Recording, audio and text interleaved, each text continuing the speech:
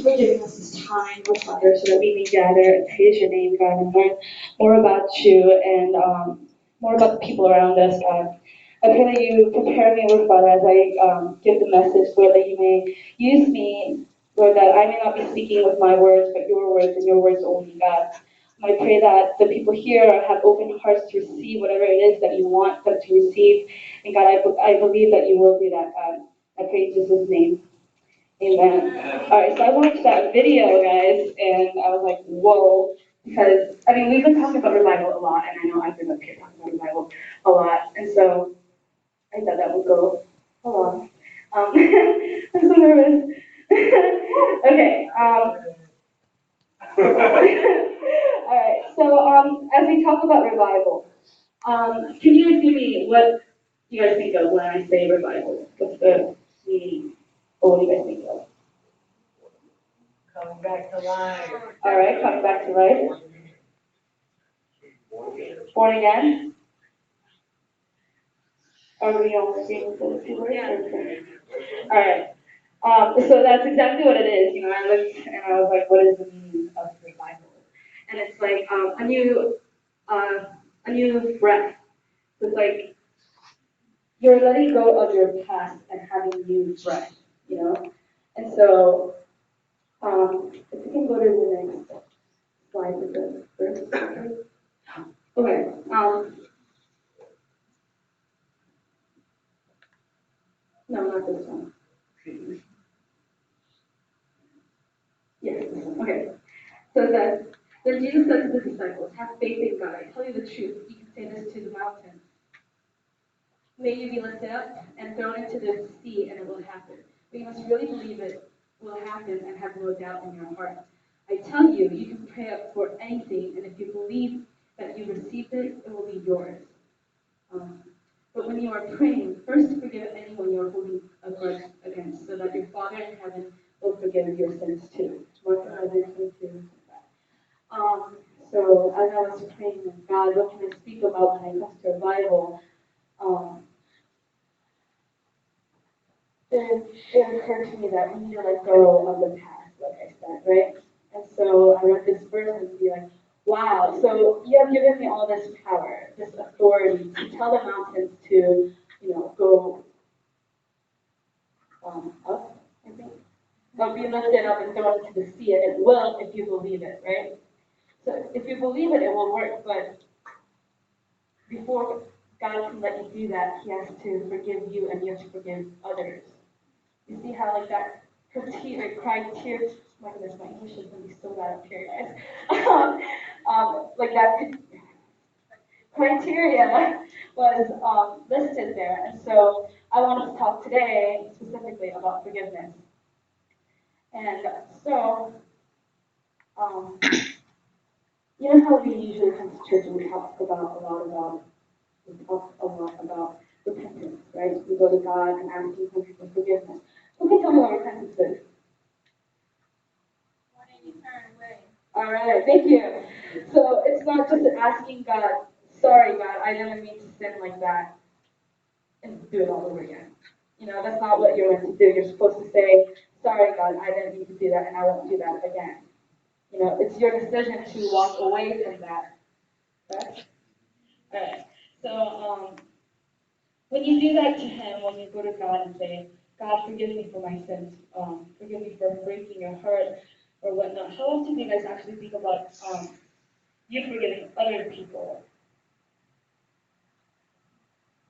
You actually think about it? Like me, it didn't occur to me. Like when I ask God, like, forgive me, I don't think about the people that I haven't forgiven in my heart. All these people that I'm holding things against as if they owe me something when they don't really. Um, so have you guys heard the parable about the debtor? The debtor? Okay, huh? um, Stop, you're not helping. Matthew 18:21. Can we go to it? I think I should open up your Bibles to Matthew 18:21. They got it up there. I'm not really going to read the story because that's a really long paragraph. If I try to read my English right now, I think it's gonna work. So I'm just going to shorten the story. So it's about a guy. Peter asks Jesus, how many times do I have to forgive someone? 7 times, I think he asks. Yeah. And he goes, no, not 7 times, but 70 times 7. So it's for the same sin, too. It's not talking about forgiving one person that many times. It's talking about the same sin. So if someone lies to you and lies to you again, you're supposed to forgive that person 70 times 70. Because 7 times 70 times. Yeah, what that does. But when I think about that, like, oh, let me keep going with the story. And then he tells the story about how when this king had this guy that owes him like a lot of money, right? And the guy comes begging, like, please spare my life, like I can't pay that, and he's begging, and so the king says, you're okay, you can go. So he just lets this guy that owes him a lot of money go, right? And then that guy goes to some guy that owes him money and starts like hurting, like actually being offended. Like he puts him in jail and says that he can't get out until you give me my money that you owe him. So that little guy is forgiven of something that's so much worse to the king, yet he won't forgive someone that owes him just a little bit of money. Is that so? When we don't forgive others, that's exactly what we're doing. God has forgiven us of so much more sin than we could possibly think of. Like, and yet we hold one thing against one person, or a couple things, or a few things that they might have done to you, and yet you are sitting there asking God, forgive me, forgive me. Like, that doesn't make sense in my mind.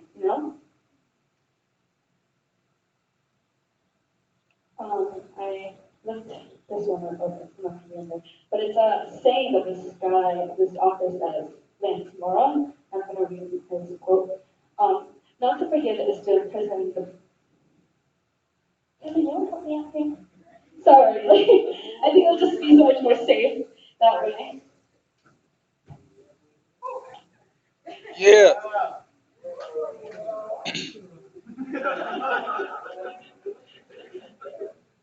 Not to forgive is to be imprisoned by the past, by old grievances that do not permit life to proceed with new business. Not to forgive is to yield oneself to another's control, to be locked into a sentence of act and response, of outrage and revenge, tit for tat, escalating always. The present is endlessly overwhelmed and devoured by the past. Forgiveness frees the forgiver. It extracts the forgiver from someone else's nightmare. Thank you, Catherine. So, and when I read that, it's like, wow, like so many of us think about the past and you have certain things that you are angry about and yet you're not willing to let that go. And that's actually hurting you more than the person that you're hurting. Does that occur to you guys ever? Like I think about it sometimes, but I never think of, oh, let me forgive this person. It's more like whatever. I'm just not thinking about it.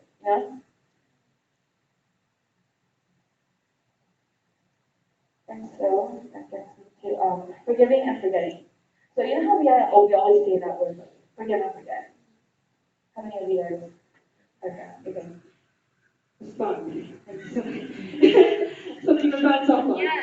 Okay, thank you. So do you guys, who thinks that they actually forgive and forget and go past your, let me hold all the grudges in the world. But me personally, I used to think this way. So let me tell you a story about this guy. So we were having like this Korean school here at the church, long time ago, like sixth grade. It's because it's 8 years. Thank you. Okay, so that's like when I was like really little and chunky. And so we had this Korean class, and they divided the class into half. I don't know if you remember the story, but anyway. Um, four, the girls sat on one side and the guys sat on the other, and it was a good game. Like